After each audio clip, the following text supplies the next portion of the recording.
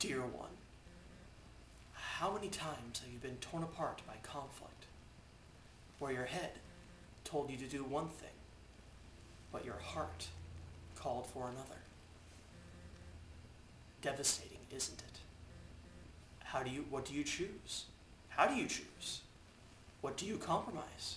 What path do you take? How do you know what you should know?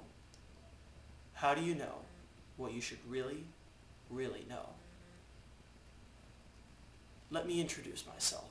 Joshua Hartford, a fellow journeyer on the pathway to truth, founder of the Church of the Knowing Heart.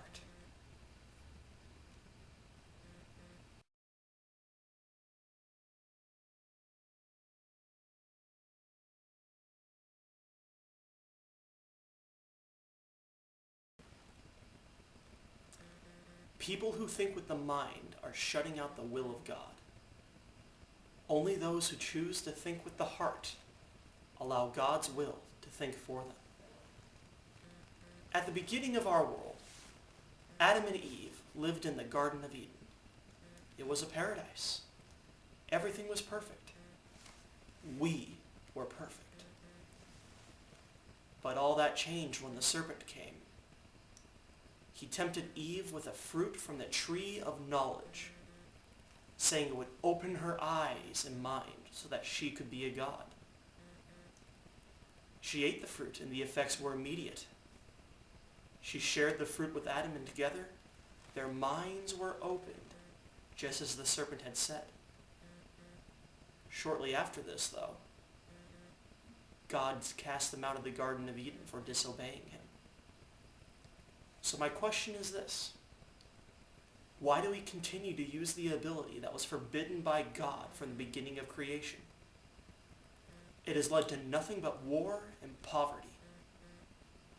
I have been instructed by Jesus to bring his children back to the divine method of thinking. If enough people were to drop the perverse method of using the brain to think and choose to follow their heart, we will be able to recreate the Garden of Eden on earth, and the world will once again be a paradise.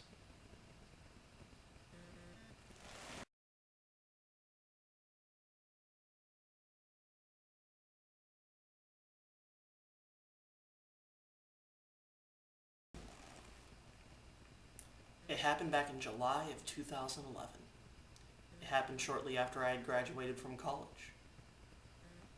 I decided to take a year off from the world my brain had told me to live in, and decided to follow my heart for once. I went backpacking in China. It was an incredible journey. The sights, the people, I was fascinated by everything.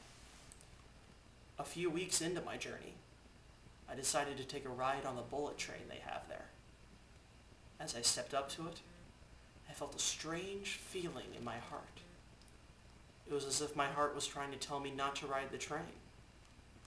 Using my brain, I thought to myself that this must just be my nerves acting up. I quickly dismissed it and boarded the train. Shortly after getting on, I heard the sky rumble. A thunderstorm had broken out. The feeling in my heart continued to gnaw at my soul and grew worse with each thunderclap. Eventually, our train was struck by the lightning, and our train came to a complete stop. Shortly after this, another train came around on the same track and collided with ours. Both trains were derailed. Many people died that day, and at first, I was among them. I found myself walking through clouds and came upon a set of closed golden gates.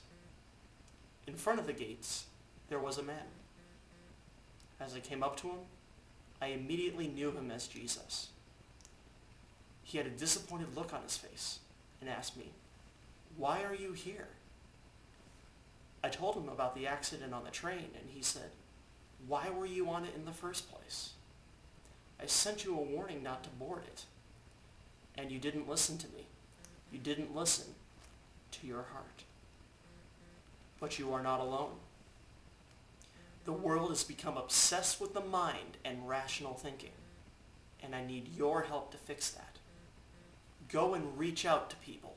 You show them that the real truth is found in the thoughts of your heart, not your mind. With those words, I woke up in the hospital bed out of a 6-month coma, completely restored. I proceeded to follow my heart from then on. It led me back to California, where I started the Church of the Knowing Heart to spread the message that was delivered to me by Jesus.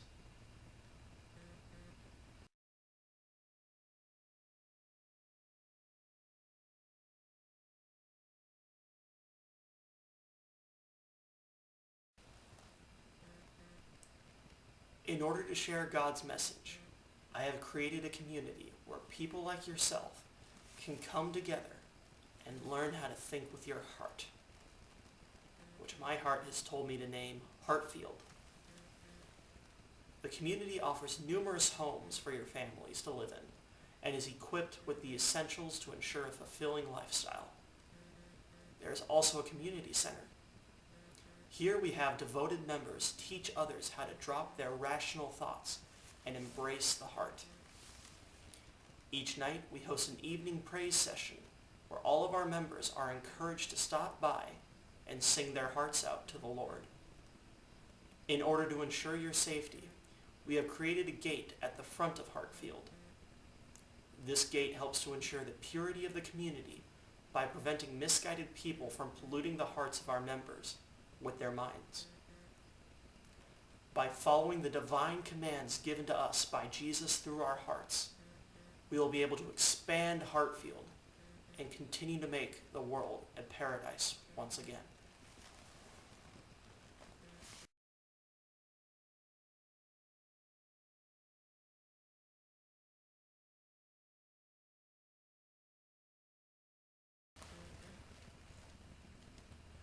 In order to become a member, please come down to one of our Sunday worship services here at Heartfield.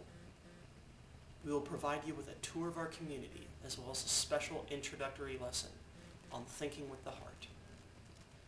For a reasonable fee, you may then enroll in one of our schools of the heart here at the community center. You will learn how to not only follow your heart, but show others how to follow theirs as well. For the truly devout, you can even rent property from me here at Heartfield. This way, you will be consistently surrounded by others who, like yourself, have chosen to embrace the will of God and think only with the heart. I have also released a new book, which goes into greater detail about my experience with Jesus and gives helpful advice on following your heart. Where's the time gone? I'm sure your mind is calling you to other things, but we know in our hearts we will see each other soon.